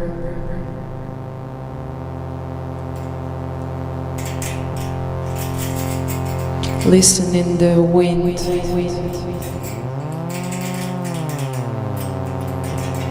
To the sobbing bush and the breaths of ancestors. Those who are dead have never left. They are in the shadow that lightens, and in the shadow that thickens. The dead are not underground.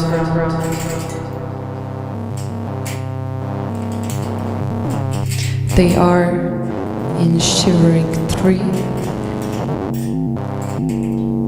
They are in the morning grove.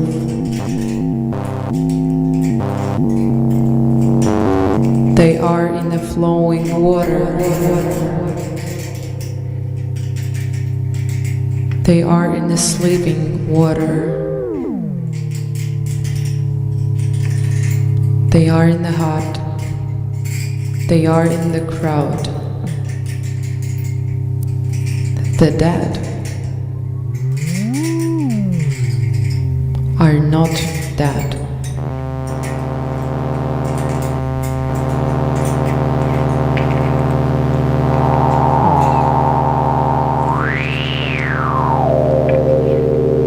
Listen more often to think that to beings. The voice of fire is heard. Hear the voice of water. Listen in the wind. To the sobbing bush. It is the breath of the dead ancestors.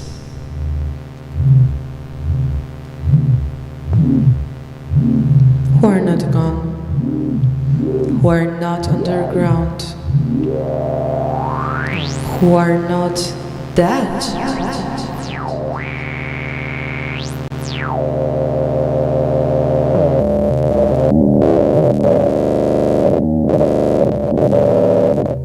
Those who are dead have never left. They are in woman's breasts. They are in the wailing child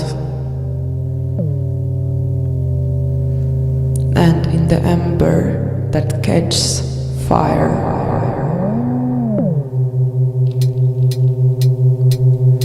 The dead are not underground.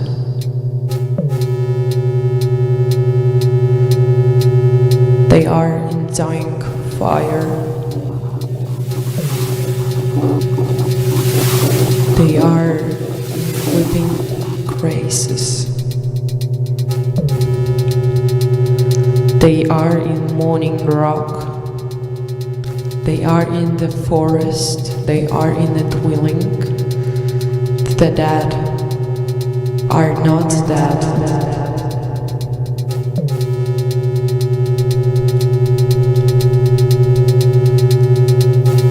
Listen more often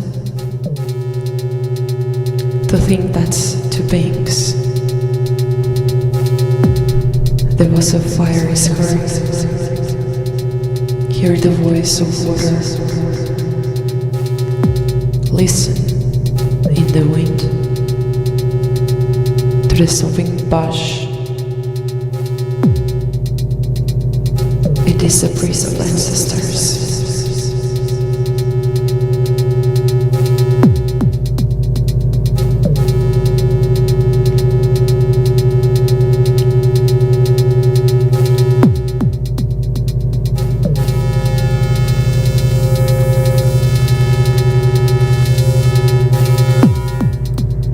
It repeats the past each day. The great pact that binds our fate. That binds our fate to the law.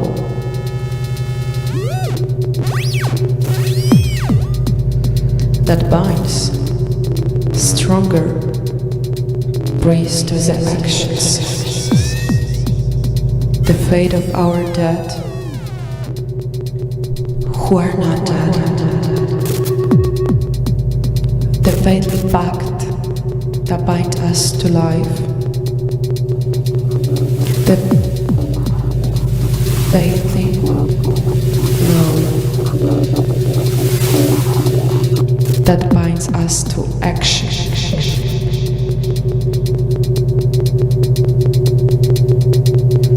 Priests that are dying.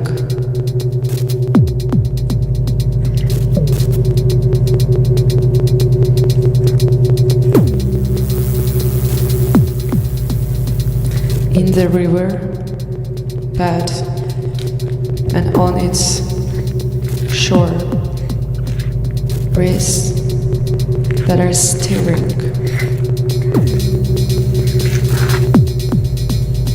In the morning rock, in the weeping grass, in the morning rock, in the weeping grass.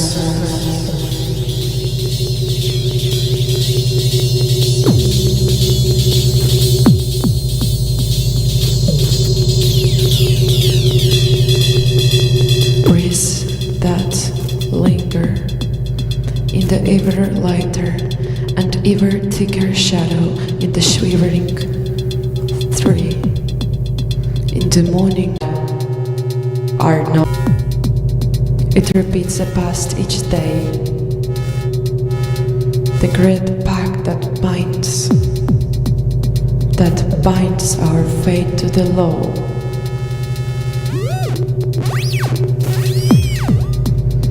That binds stronger praise to the actions. The fate of our dead who are not dead. The fatal pact that binds us to life. The faithful law that binds us to action.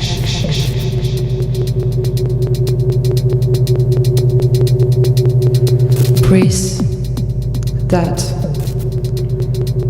are dying.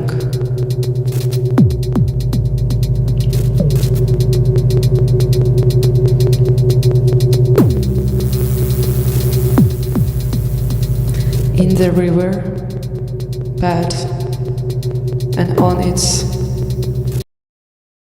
shore, priests that are stirring. In the morning rock, in the weeping grass, in the morning rock, in the weeping grass.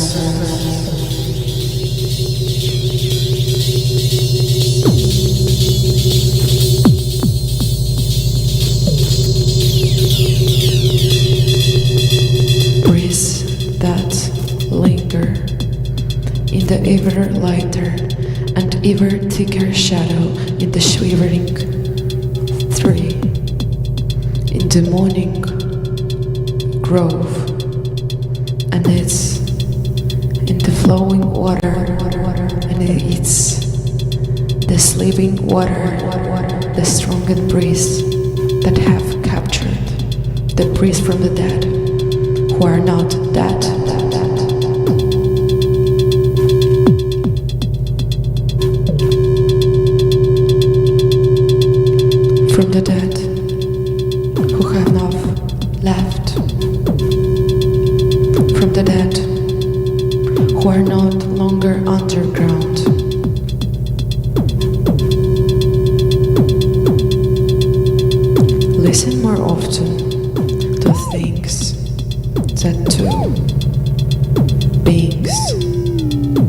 voice of fire is heard, the voice of water.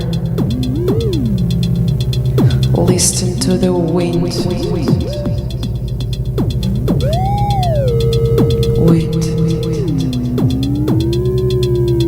To the sobbing bush in the breeze of ancestors.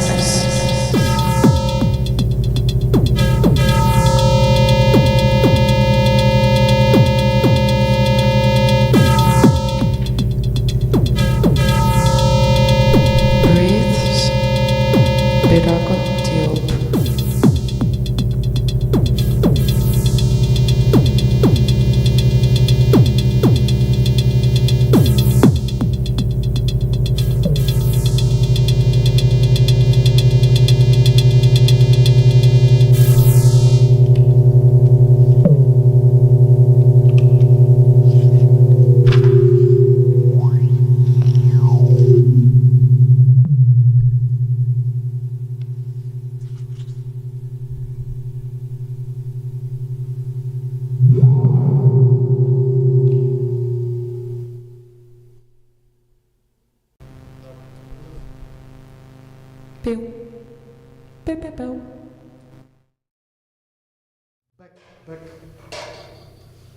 Back live. Backstage FU. Czekaj. Everyone. The new devil was born.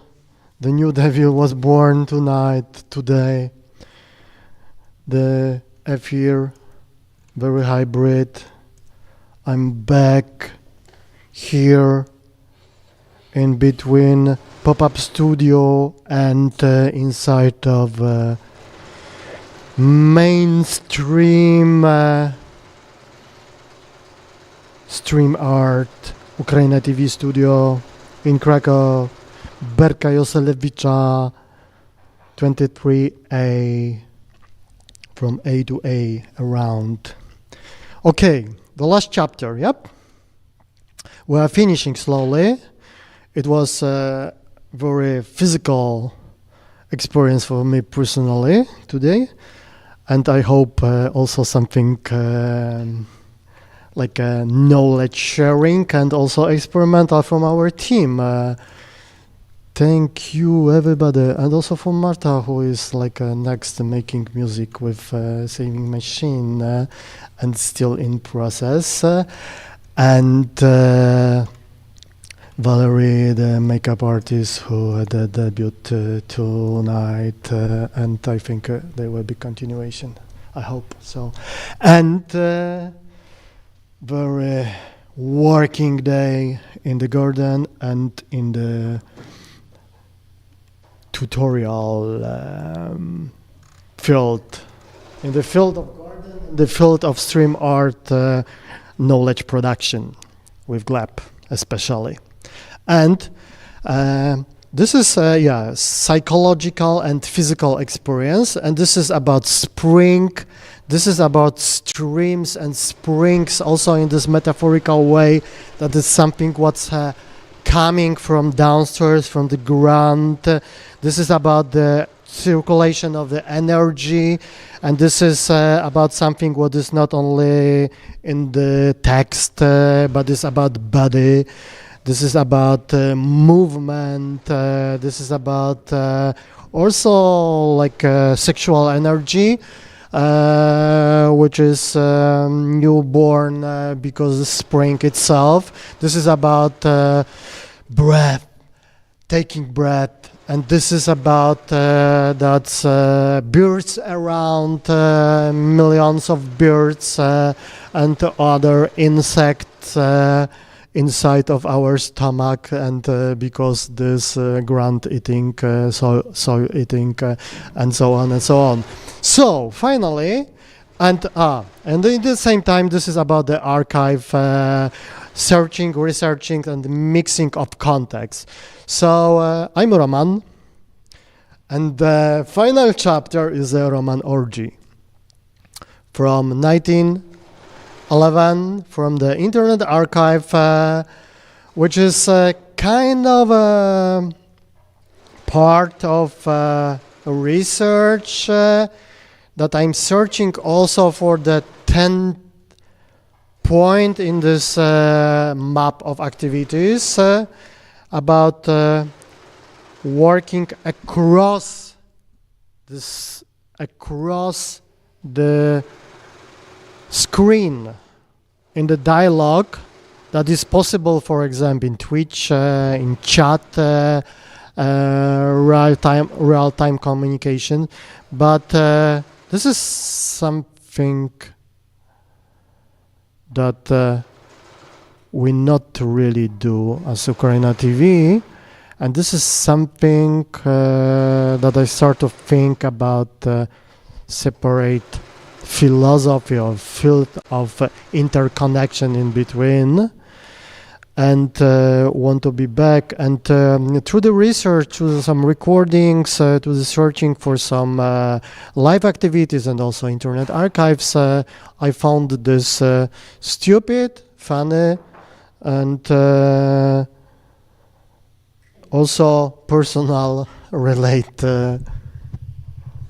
short movie from 1911. There are some lions, there are some people, there are some stupid relations, and there is the title Roman Orgy that I take very personally. So have fun, thank for tonight, and stay with us. We will be back for sure. It didn't sound so sureless. Oui, it's good to speak in the plural form, always. Sure.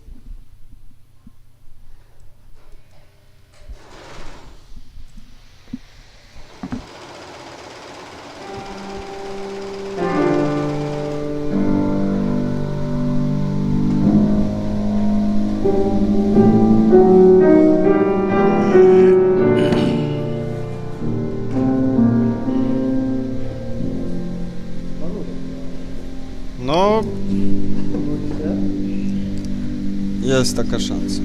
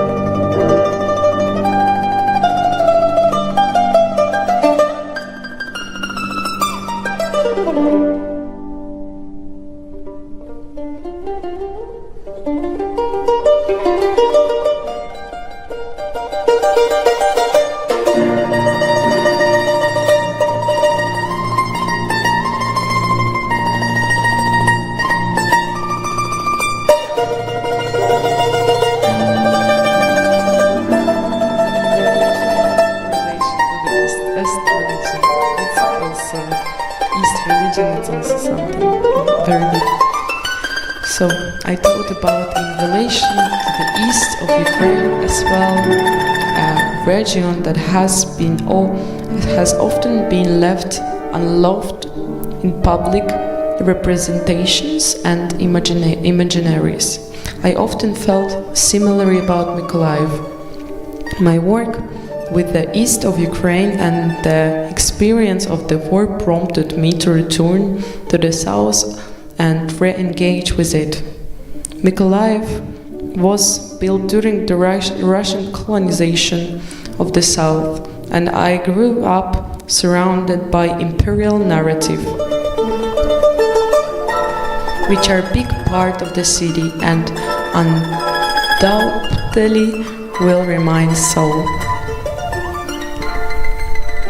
Walking around central Mykolaiv is about walking in the righted space, to borrow from Kate Brown.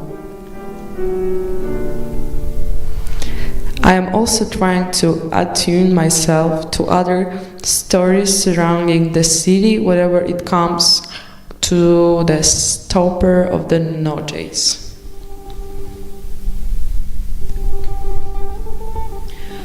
Who inhabited their lands before Russian colonization. So it has been a lot of learning for me.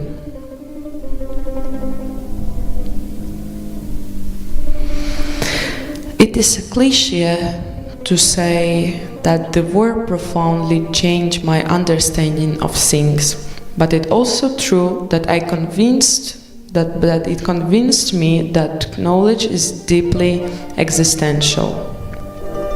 I think one of the hardest things to do, and also something nobody can teach you, is how to be honest, deeply and brutally honest with oneself and in relation to one's visceral self. That's what I mean when I say knowledge is a matter of life or death. It's about reaching that honesty within oneself and speaking and or living from within that place.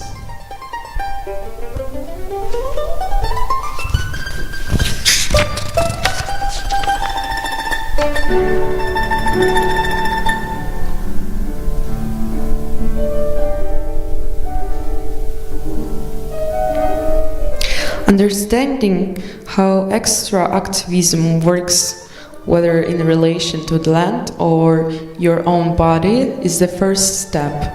As I started tracing trajectories of extra activism in relation to the east of Ukraine, I noticed different modes of resistance and subversion. That is how I came to imagine coal not only as a fossil fuel but a repository of memories of other geological epochs. Something I also learned from Lyubov Yakimchuk poetry.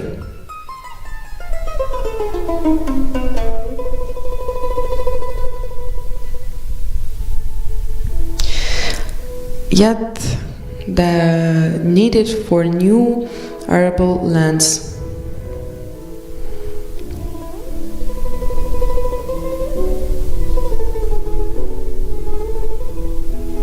because the old ones are mined comes at the expense of the strong Ukrainian steppers. All these processes are interconnected.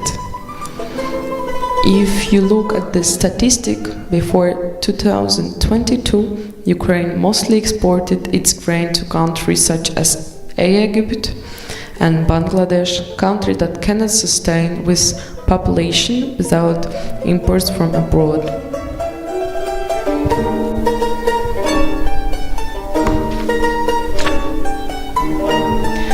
Moreover, the Chernobyl zone of exclusion also has people continuing to live there. So we must ask, if after the occupation and the end of fighting, people want to return to their home, lands, the mine, and start farming, what do we do?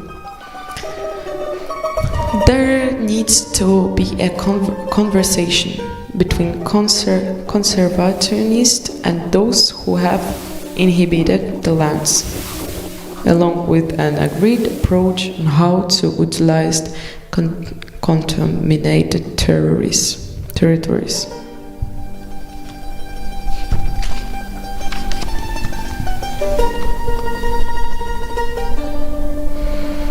One important development science days debate on ecocide, which is globally relevant and has been led by Stop Ecocide International since the beginning of Russia's full-scale invasion, and especially with the establishment of the specialized environmental prosecutor's office in 2021, Ukraine has been tribalizing